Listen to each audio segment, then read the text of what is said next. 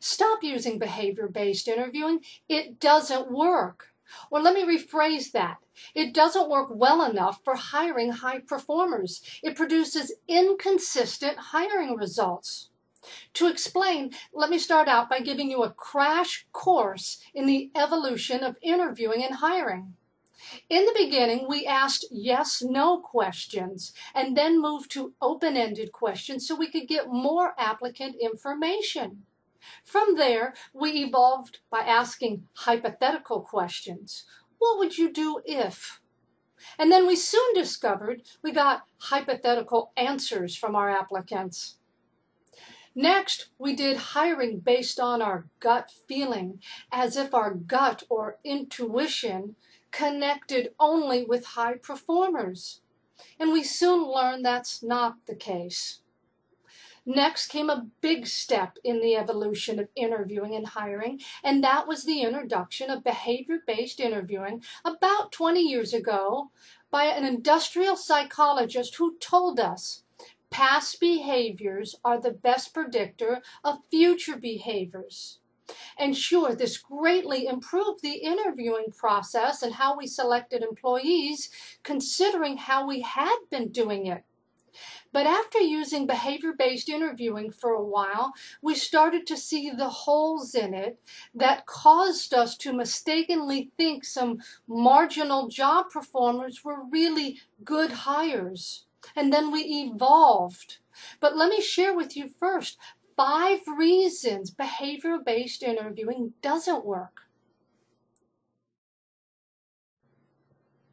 Bunches and bunches of bad behavior-based interview questions give the interviewers false confidence that they're gathering great applicant information that's a reliable predictor of future performance when they're not doing that at all. That's not the kind of information they're getting. Some legitimate behavior-based interview questions actually help the applicant spin positive information back to the interviewer.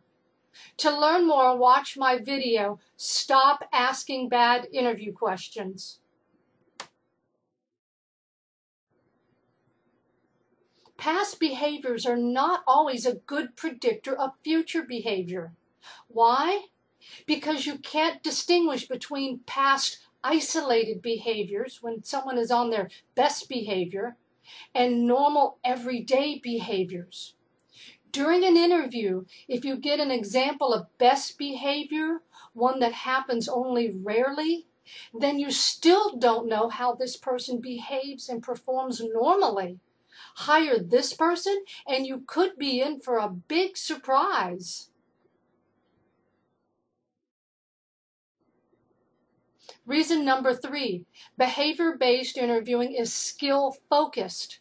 This is a one-dimensional view since skills are only enablers, not motivators. They mean that a person can do the job, but it doesn't necessarily mean that the person will do the job better than anyone else.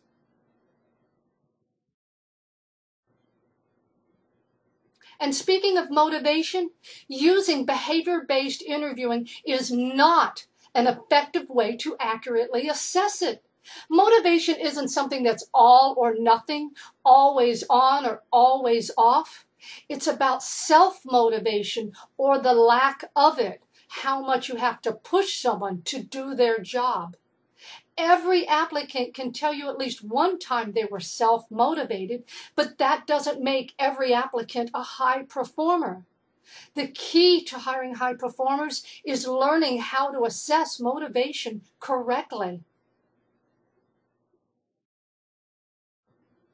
Number 5, do you realize there are more books and resources teaching applicants how to ace behavior-based interviews than there are on helping interviewers how to hire high performers using behavior-based interviewing?